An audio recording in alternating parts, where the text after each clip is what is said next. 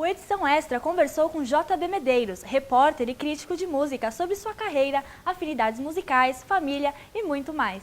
O profissional que vai vir, que vai substituir os velhos como eu, assim, eles vão ter que ter essa percepção de que o importante, o mais forte de tudo é o texto.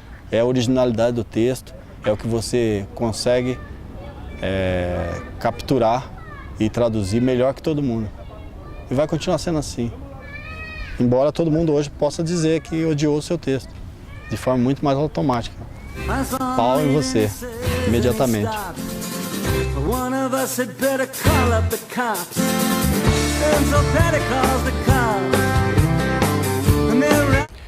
Bom, eu não pretendia viver do jornalismo, era uma coisa meio, como eu posso dizer, um mistério, né? Quando você é estudante, você não sabe qual é a possibilidade real de você viver daquilo. Mas eu vivia em Londrina, na casa do estudante universitário. E era bem duro, assim, um cara muito duro. E eu gostava muito de música. E daí eu fiz uma coisa que era meio louca, que eu comecei a escrever textos sobre discos que já nem eram novos, discos velhos, assim. E um desses textos eu enviei para a revista Som 3.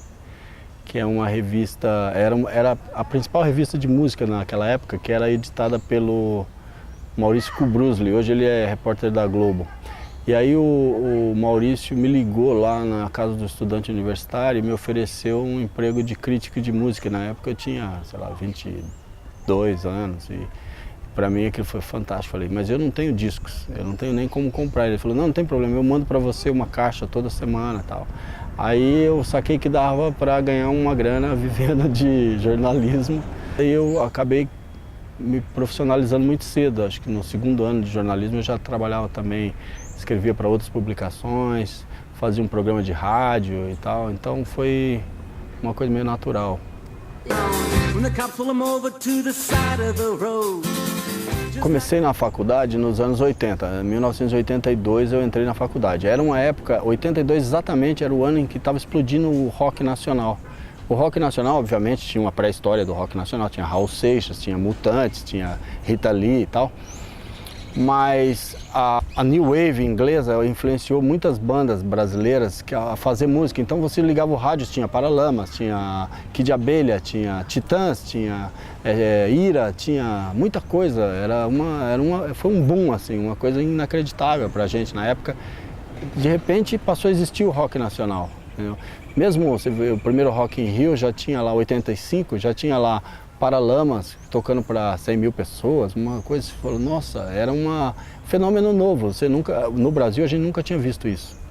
Então de repente eu estava no meio daquilo porque eu era um moleque, quer dizer, estudante de jornalismo no meio de tudo isso. Então aquilo a gente debatia muito, qual é a melhor banda nacional, por que Cazuza é melhor que Renato Russo?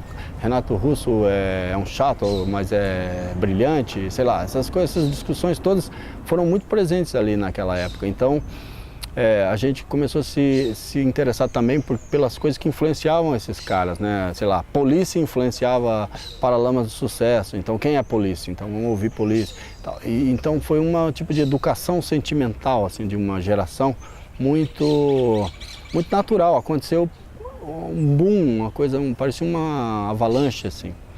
E aí, a partir dali também houve essa própria coisa da crítica musical, ela te obriga a buscar referências. Então eu comecei a ouvir muito bandas inglesas, o rock inglês vinha do final dos anos 70, o novo boom do rock inglês que influenciou o rock brasileiro. Então, acabei fazendo tipo uma universidade de música em pouco tempo. Em uma década aprendi tudo que tinha sobre aquelas bandas, o que veio antes, o que era o glam rock, quem foi David Bowie. Essas coisas todas ficaram muito presentes na vida da gente, entendeu? Minha família é muito humilde, assim, então, tipo, contanto que eu estivesse vivo, contanto que eu sobrevivesse, de alguma forma, eu poderia ser, sei lá, jogador de futebol, jogador de peteca, qualquer coisa que me desse a sobrevivência, eles iam apoiar, porque afinal de contas era... Mas eu acho também que na família, de uma forma geral, A gente não tem muito esse debate assim, o que você faz, o que você não faz. Mas a coisa familiar é muito, especialmente em famílias nordestinas, é muito, você é meu irmão e pronto, entendeu? Então, nunca houve, acho que, esse debate dentro da minha família. Até uma certa altura, acho que eles nem sabiam o que eu fazia de verdade, assim, para ganhar vida. Contanto que eu não estivesse roubando. Eu gosto muito de Metal Heart, da Cat Power. Acho linda. Eu acho a Cat Power tá numa fase meio down, assim, mas eu acho ela importante. É que são muitas músicas, né? Poderia citar centenas aqui, mas... E a Cat Power, eu acho, ela tem uma coisa assim que é meio... Eu acho que ela é meio a Billie Holiday da nossa geração, sabe? E veja no próximo bloco. O Edição Extra foi até as filas dos shows do Arctic Monkeys e Paul McCartney para ver qual é a expectativa das pessoas que ficaram horas para ver seus ídolos. E o repórter Flávio Martins foi até a produtora musical Acid Samba.